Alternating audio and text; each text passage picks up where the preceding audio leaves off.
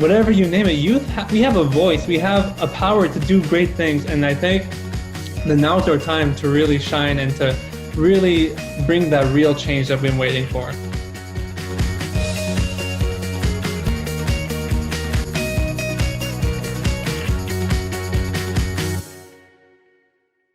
Hey guys, my name is Kate. I'm a third-year business student at Western University, representing Western's World Vision Campus Club, and I'm here with Junaid to take over the I'm Just a Messenger series.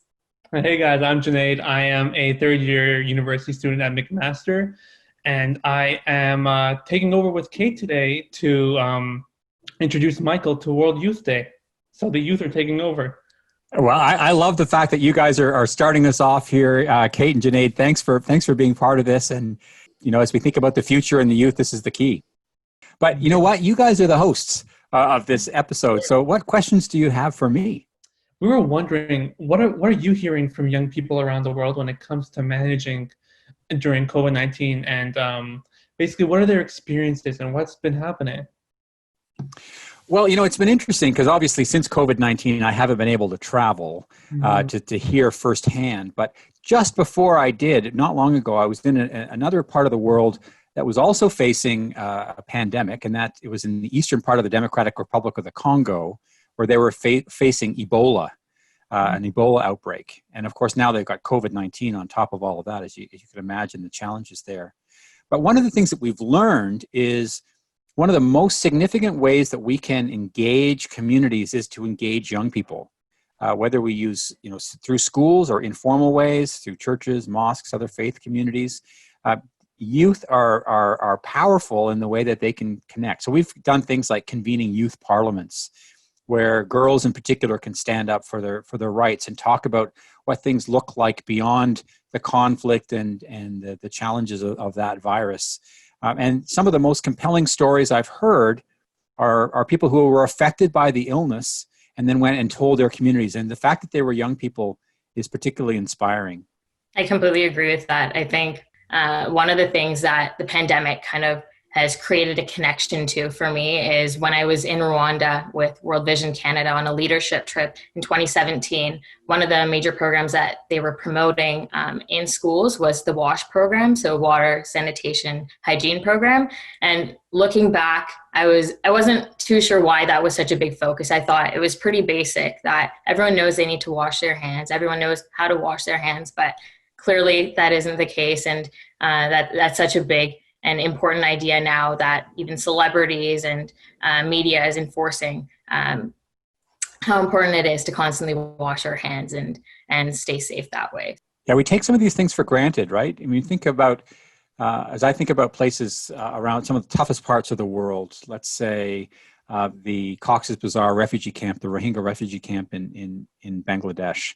We say so easily, well, just go and wash your hands regularly, right? And socially distance. Well, first of all, crowded conditions, 2 or 3 families living in the same home. It's awfully hard to separate. Second, wash your hands well where? If there's no source of clean water, things that we just take for granted, it's going to be really hard to stop the spread in contexts like that. So it's just everything that we're feeling is just that much more challenging.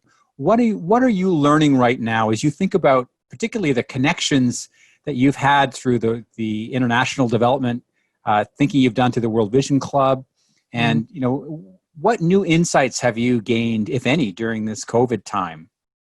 So what I've been looking at, actually, so I'm of Afghan heritage, all right? And I've been learning a lot about how World Vision is helping out in Afghanistan by reaching out and supporting people out there. As you probably know, Afghanistan is in relative poverty compared to other nations. And also there's many healthcare crises still going on there with polio and other diseases.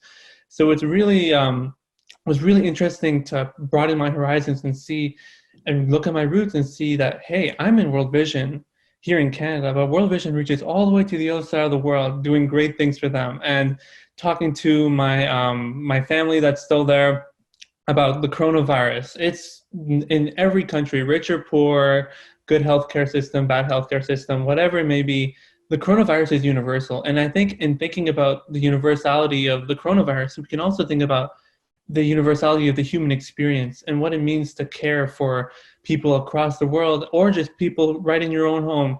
Well, and we should talk a little bit about the issue of race as well, because it's been something that we've been grappling with at World Vision as we think about the term we use is the intersectionality between race and COVID, economic injustice, social injustice.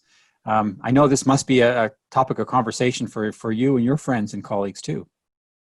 Being someone that was born in Sri Lanka and coming to Canada when I was young, I was pretty conscious of the fact that I was a minority in the room growing up, whether it was in school or extracurriculars. But I think I was fortunate in that I didn't feel like the system was physically oppressing me or suppressing my voice.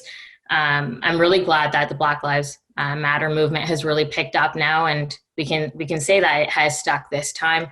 Recently read that this might just be the largest movement in American history, which is an incredible milestone. I think what's even more incredible than that is the fact that it's not just about race anymore, the conversations that we're having. Even on Canadian university campuses, we've seen a lot of social media campaigns pop up where people are anonymously submitting posts about experiences that they've had relating to misogyny, sexism, classism, xenophobia, etc. And so we're seeing the conversation get a lot bigger than race, and people are actually making actions surrounding that now.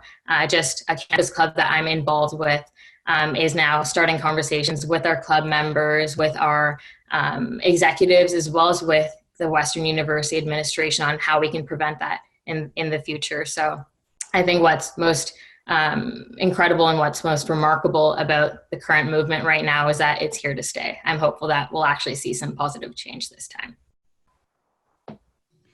Well, I'm excited about seeing how the two of you are going to continue your own leadership journey, and I'm so grateful that you're partnering with us, being willing to challenge us, to encourage us, to learn together.